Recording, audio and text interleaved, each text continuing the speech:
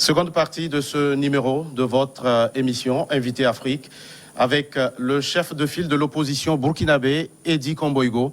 Monsieur Komboigo, nous allons parler maintenant de l'actualité relative à la sécurité au Burkina Faso. C'est une réelle préoccupation pour vous. Et récemment, au moins 80 personnes sont mortes le 18 août dernier dans une attaque menée par les djihadistes présumés contre un convoi militaire qui escortait des civils dans le nord de votre pays.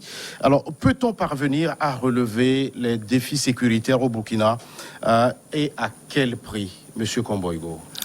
Il faut dire que depuis un certain temps, le gouvernement se ment lui-même. Vous voyez, dans la tête du gouvernement, il pense, se ment, et l'autre sphère dit, eh bien, c'est la vérité.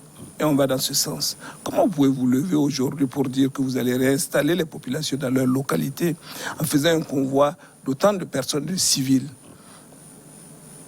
pour aller réinsérer à Arbinda, alors que vous n'avez même pas sécurisé Arbinda? Conséquence, avant même d'arriver, on perd ce lourd tribut. Lorsqu'on leur dit qu'il n'est pas temps on n'a pas encore gagné la guerre, chaque jour, ce sont nos civils, ce sont nos militaires que l'on tue. Vous ne pouvez pas vouloir, par orgueil, montrer à l'opinion publique nationale et internationale que vous êtes à un niveau où vous pouvez réinsérer les populations dans leur localité en faisant des convois de ce genre. C'est une erreur grave et gravissime dont le gouvernement assume l'entière responsabilité. Un jour ou l'autre,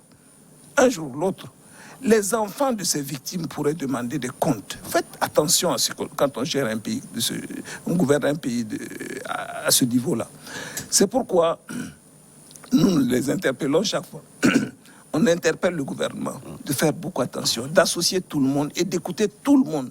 Et lorsque nous avons dit tout à l'heure qu'il était bon de faire des états généraux sur la défense, c'était pour que les Burkinabés apportent chacun ce qu'il a et qu'on puisse construire une stratégie. On vous a entendu après l'attaque de Solane il y a quelques temps, quelques mois. Vous avez dit que l'État burkinabé avait échoué dans sa stratégie de lutte contre justement le terrorisme au Burkina Faso. Est-ce que pour vous, la solution passe forcément par les États généraux dont vous parlez? Oui, vous savez, c'est difficile ici d'étaler les tactiques et les stratégies. Mais j'ai même posé la question au Premier ministre à l'Assemblée, vous l'avez suivi. Il dit qu'il n'a même pas de stratégie de lutte contre le terrorisme. Et à l'époque, vous aviez dit que c'était une erreur. Nous avons dit qu'il n'a qu'à démissionner, le ministre de la Défense n'a qu'à démissionner. Ils ont refusé. Nous avons appelé les populations à marcher. Le président Roch-Marc Christian Kaboré a concédé et a fait démissionner le ministre de la Défense et le ministre de la Sécurité. Que proposez-vous concrètement? Il a repris lui-même la défense. Il prend des risques. Et depuis qu'il est ministre de la Défense, nous avons subi 3 attaques d'envergure. Quand je dis 3 attaques d'envergure, vous savez, tous les jours on tue au Burkina 2, 3, 4, 5 personnes. Mais si ça n'atteint pas 10 personnes, je pense que le gouvernement ne communique pas là-dessus. C'est vraiment triste.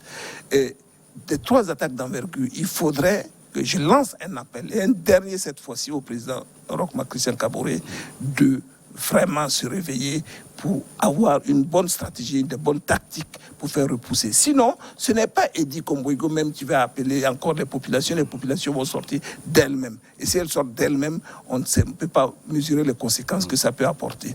Mais je dis qu'aujourd'hui, nous avons assisté. Depuis le début à maintenant, c'était des accusations fallacieuses, c'était l'ancien régime, c'est le président Blaise Compaoré, c'était ceci ou cela. Aujourd'hui, ils se sont menti et le mensonge les rattrape. Comme on dit, le mensonge a beau courir pendant 1000 jours chez nous dans Morée, et la vérité vous rattrape en un seul jour. Et la vérité les a rattrapés aujourd'hui, ils ne savent pas où mettre la tête.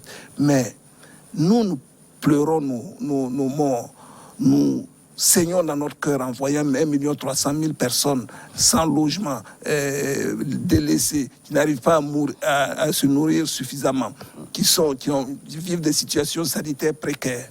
Et le gouvernement continue de tourner. Et vous avez vu un peu ce qui s'est passé, j'ai vu des journaux écrire que même dans l'apport des aides alimentaires, on abuse des femmes pour pouvoir échanger sexe contre nourriture. Monsieur Komboigo, et je termine en disant en plus que dans la stratégie de défense, c'est important, de nos forces de défense et de sécurité, nous avons vu Amnesty International publier que les armes qui sont détenues par les terroristes aujourd'hui, certes, il y a des armes qui ont été importées par la Libye et ailleurs, mais également des armes nouvellement acquises par nos gouvernants, et notamment par le gouvernement Roch Marc Christian Kaboré. Comment vous expliquez cela? Que nos propres armes se retrouvent dans les mains des terroristes? Ou bien on n'a pas eu de bonne tactique? On nous a attaqués, on a pillé nos armes, nos nouvelles armes acquises, ou bien il y a une complicité. J'ose espérer qu'il n'y a pas de complicité, mais il faut qu'on élucide tout cela. Dans d'autres questions, il faut que le gouvernement Roch Marc Christian, à défaut d'une enquête parlementaire, ouvre une enquête à l'intérieur de l'armée pour savoir comment ces armes se retrouvent dans les mains des terroristes que l'on utilise encore pour tuer nos propres populations. Et c'est ce que vous proposez. Alors, Monsieur Komboigo, lorsqu'on prend cette zone dite des 3 frontières, Gorgadji qui a été par exemple le théâtre de cette dernière attaque, les populations en cette période de pandémie du coronavirus doivent vivre ce nouveau et sont sous le coup de ce nouveau virus qu'est le terrorisme. Est-ce que vous avez le sentiment que ce fléau, l'épicentre de ce fléau s'est délocalisé plutôt au Burkina? Mais certainement que le Burkina est devenu le ventre mou du terrorisme au niveau des pays de G5 Sahel. À l'époque, vous n'allez jamais entendre que ces terroristes ont traversé la frontière. Il faut anticiper dans la guerre contre le terrorisme. C'est comme eux-mêmes le définissent, une guerre asymétrique. Donc ce n'est pas une guerre où on s'allie l'ennemi à gauche et on est là et puis on règle. Non, c'est comme ce qu'on appelle, ils utilisent des moyens comme la guérilla, ils interviennent, ils attaquent et puis ils repartent. Mais qui est formé pour faire face à cela? Ce sont nos militaires. Aujourd'hui, nous avons des appuis de nos partenaires bilatéraux, multilatéraux, qui nous aident avec des GARCI, mais qui sont formés, qui viennent d'être formés il y a moins de 6 mois, et donc qui vont sur le terrain, qui ne sont pas habilités, ils sont assez faibles. Nous avons des forces armées qui ont été formées depuis la nuit des temps, depuis 2 décennies. On ne sait pas où ils sont passés. Ça veut dire une désorganisation de notre armée. Il est temps que l'on soit courageux, que l'on reconstitue l'armée telle qu'elle était, pour que ça constitue une force de frappe contre les terroristes. Et la France actuellement est en train de mettre fin à l'opération Barkhane. Alors, comment vous avez réagi à cette annonce de l'Élysée? Mais j'ai déjà réagi, j'ai déjà dit que si cela ne se fait pas avec un planning, une planification avec les pays du G5 Sahel, cela pourrait être un danger pour notre pays. Et pour nos pays respectifs. Parce que, quelque part, Barkhane était une force tampon, aidée par l'appui aérien, aidée par l'appui sur le terrain militaire, par le renseignement. Si Barkhane venait à se retirer brusquement, je crains que cela n'ait une conséquence néfaste sur cette guerre. Mais il fallait s'y attendre. On ne peut pas être ad vitam dans d'autres pays, aller combattre pour d'autres pays, si nous-mêmes ne savons pas nous prendre en charge. Donc cela suppose que nous nous organisions, nous acceptions, nous transcendions nos peurs et nos égos, que l'ancienne armée va venir nous renverser, etc., pour dire, voir les choses en face. Il s'agit de défendre l'intérêt supérieur de la nation, il s'agit de défendre le territoire. Donc à ce niveau-là, il faut accepter, s'organiser et accepter tout le monde, la contribution de tout le monde pour aller contre ces terroristes. Alors, quand vous dites craindre le pire après le départ de l'opération Barkhane, actuellement, l'Afghanistan est aujourd'hui sous le contrôle des talibans. Est-ce que vous craignez au Sahel et surtout au Burkina, dans toute cette région en proie au terrorisme, un scénario à l'Afghan? Un scénario à l'Afghan, c'est un peu trop dire, mais pourquoi vous savez, l'histoire nourrit l'histoire. Les gens s'inspirent un peu de ce qui se passe ailleurs et puis ils alimentent leurs réflexions et leurs objectifs, ils réajustent leurs objectifs. Et certains pourraient dire, oui, si ça s'est arrivé en Afghanistan, pourquoi pas au Burkina ou au Niger ou au Mali? Pourquoi pas au Tchad? Pourquoi pas ailleurs? Même au Togo ici. Voyez, donc il faudrait que nous prenions ces éléments-là en compte dans notre analyse prospective, dans notre analyse stratégique et même tactique aujourd'hui. L'erreur, c'est de laisser installer les terroristes dans une zone. Si vous les laissez installer, c'est difficile de les déloger. Surtout que nous avons une longue frontière de milliers de kilomètres. Donc, c'était la stratégie que l'ancien régime avait, c'était de les empêcher de traverser la frontière. Ils n'avaient jamais pu traverser la frontière et c'était, moi, la meilleure solution. Parce que gagner une guerre, c'est anticiper. Anticiper et ne pas laisser la guerre s'installer. La guerre est installée, il faut courageusement faire face et puis ensuite les bouter dehors et prendre des mesures pour protéger nos frontières. Edi Komboigo, sur le plan politique, votre pays se prépare pour les élections locales qui sont annoncées pour mai 2022. Mais avant, c'est le renouvellement des membres de la CENI qui a récemment animé le débat. Et vous le savez aussi, l'élection du magistrat Élisée Ouédraogo n'a pas été sans difficulté. Est-ce qu'aujourd'hui, la CENI a la meilleure configuration, selon vous, pour gagner ce pari électoral de 2022 ? La configuration se construit au jour le jour. Nous avons opposé une fin de non-recevoir que le commissaire Bonaventure Ouédraogo soit président de la CENI parce que c'est un militant affiché du MPP. Vous n'allez pas à une compétition tout en sachant que l'arbitre est déjà de l'autre camp. Autant jeter l'éponge. Et nous sommes fait bien comprendre, aussi bien au niveau de la chefferie coutumière, au niveau des populations, et nous avons été suivis par tout le monde. Alors pour vous, le candidat proposé par la chefferie traditionnelle et de la mouvance présidentielle? Bien sûr qu'il a battu campagne. Nous avons apporté les preuves dans les journaux. Nous avons même des vidéos où il disait qu'entre Roch et lui, c'est comme la sauterelle et puis la paille. La sauterelle s'agrippe à la paille se penche, la paille se redresse.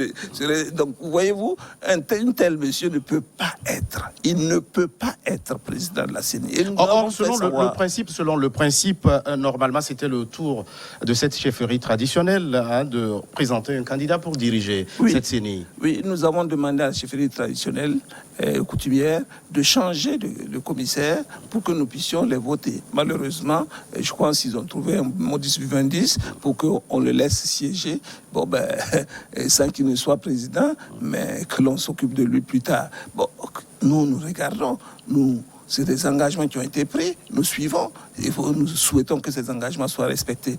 Nous demandons seulement à ce que dans la construction d'une CENI, on puisse prévenir, voilà ce que le gouvernement manque aujourd'hui, prévenir les conflits pré- et post-électoraux. Si vous mettez un arbitre, un président de la CENI qui est partisan, c'est sûr que vous aurez des conflits pré- et post-électoraux. Alors, et même si les résultats venaient à publier des résultats justes, il y aura des suspicions. Alors aujourd'hui, Élisée Ouédraogo a été plutôt élu au lieu d'être désigné par consensus comme le prévoit votre code électoral. Est-ce que cette CENI, telle qu'elle est aujourd'hui, ne porte pas en elle les germes d'un futur imbroglio post-électoral? Nous avons instruit. J'ai instruit les 5 commissaires de la composante opposition de travailler à avoir un consensus. Nous l'avons dit. Nous avons tout fait pour qu'il y ait un consensus. Mais voyez-vous, quand le gouvernement joue double jeu entre la chefferie coutumière et la communauté musulmane, voilà ce qui s'est passé. C'est eux qui disent à la communauté musulmane de venir encore, de proposer un candidat pour qu'on leur concède un second mandat. Et ils passent par derrière pour dire à la chefferie coutumière, c'est votre tour. Ils se jouent des deux communautés. C'est vraiment dangereux pour un pays comme le nôtre. Il faut qu'ils arrêtent cela. Et c'est pourquoi nous sommes arrivés au point où il y a eu des votes. C'est vraiment dommage. Et que ce soit le ministre de l'administration territoriale ou le président de la PMP, l'association des partis de la majorité présidentielle, ils connaissent ma position. C'est le consensus. Malheureusement, comme ils en ont manipulé les gens, les uns et les autres, il y a eu 2 candidats et que, bon, voilà, ils ont passé près de 3, 4, 5 heures à faire convaincre l'autre de se désister, mais il n'a pas voulu. Il y a eu des votes, nous tirons les conséquences. Je suis sûr que si j'étais président du Faso, ça se serait passé autrement. Edi Komboigo, vous avez regardé, peut-être avec fierté, l'actualité politique en Zambie, un pays qui est aujourd'hui dirigé par un ancien chef de file de l'opposition, Hakainde Hichilema, qui a battu le président sortant, Edgar Lungu. Une source d'espoir pour vous qui êtes en train de tenter votre marche vers le palais de Kosiam. Vous savez, si d'autres pays étaient la Zambie, aujourd'hui, ce serait peut-être pas Roch-Marc Christian Kaboré qui serait président du Faso. Vous savez, dans pas mal de pays africains, il faudrait, et surtout francophones, il faut qu'on change. Lorsque l'on veut construire une démocratie, on se fait confiance mutuellement et on se fie au verdict des urnes. C'est vrai, ce qui s'est passé là-bas, ça donne des exemples. Il faut que les uns et les autres acceptent que il y a une alternance. Dans un pays où il n'y a pas d'alternance, c'est parfois difficile. Surtout dans les démocraties que nous voulons construire, pluripartis, avec des idéologies, chacun choisit d'aller dans son parti. Au Burkina Faso, le cas aurait pu se présenter. Et j'ose espérer que si ça ne s'est pas réalisé en 2020, les uns et les autres travailleront pour qu'en 2025, la vérité des urnes... Peut-être parce que votre programme de société n'a pas su convaincre vos compatriotes. Vous avez obtenu un peu plus de 15% des suffrages. Vous savez, c'est ce qu'ils ont donné comme chiffre. Je dis ça, et je défie, et je mets quiconque au défi. Ne discutons pas là-dessus. Nous avons tourné la page. Regardons pour la paix, et juste pour la paix. Nous avons tourné la page et nous voulons regarder l'avenir en leur disant ne recommettons pas les mêmes bêtises que 2020 pour ne pas allumer le pays. Et nous travaillerons à ce qui est un pays apaisé, un pays intelligent, un pays où les intellectuels se construisent, un pays où les agriculteurs participent, un pays où les ouvriers jouent un rôle, un pays où la justice a droit de citer, mais en étant équitable. Et c'est de cette manière, un pays où on doit dire la vérité des urnes et qu'on accepte l'alternance. Et que c'est par là que nous pouvons construire un pays en développement, un pays développé ensemble, sans heurts et sans animosité. C'est le défi que vous vous lancez, Edi Komboigo. Vous êtes chef de file de l'opposition au Burkina Faso. Merci d'être passé sur ce plateau. C'est moi qui vous remercie. Merci à vous qui êtes restés à notre compagnie. À très vite pour un autre numéro de votre émission Invité Afrique.